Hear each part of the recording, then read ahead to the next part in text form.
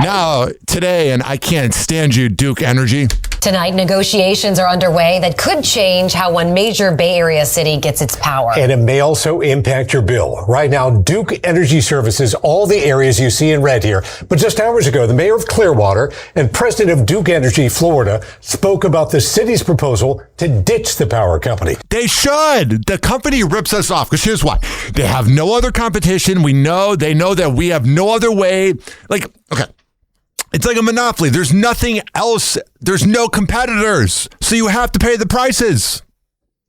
10 Tampa Bay News reporter Chris Hurst is live in Clearwater Beach tonight. And Chris, you were at a meeting held by the Sand Key Civic Association. Duke was the only topic.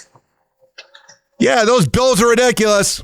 And those cowards at that company don't even respond on social media. They hide behind their big bills because they're a bunch of losers. Yeah, that's right, Courtney. And people peppered Duke leaders with over 30 questions, but there was one question Duke wouldn't answer. Because they're cowards, like I said. Thank you for having us here tonight. In front of more than 100 Sand Key residents, Duke Energy Florida President Melissa Seixas What a hag. said the first meeting about a new power agreement with Clearwater went well, and another is planned for next week. They're laying out some things that are important to them. And that's allowing us to really have the dialogue that we need to have. Clearwater is considering municipalizing its power, especially after a study for the city showed it could save ratepayers millions. This isn't my city. This is our city. Clearwater Mayor Bruce Rector also in attendance and is waiting to see if Duke will respond to I wonder what it's like working at Duke. Just realizing that everyone hates you. Just realizing that you're scumbags. requested changes for a future agreement.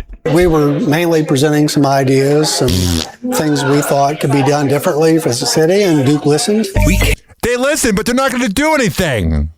They're douchebags. Can't afford a government takeover of the electric grid. Ads continue to run from energy trade groups claiming ditching Duke would lead to higher bills.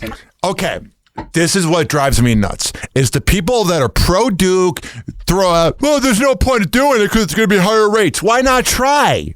It ain't working with Duke, dog. And Seixas declined comment on the ads and who's paying for them. That's their decision to be actively campaigning against our... And all these scumbag, all these rich elite politicians, the high prices don't bother them because they have high salaries. But what about the everyday average Joe and Jane in your city that can't afford the bills?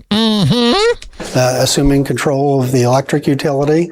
But from our end, there really hasn't been any counter messaging. We've just been trying to educate the public that we haven't made a decision yet. We're only evaluating it. I have a feeling they're going to stick with Duke. Because like I always say, the rich and elite always win. And we'll have to keep paying those high prices. And then they wonder why the people that are working for Duke, why everyone hates them. Top of the hour.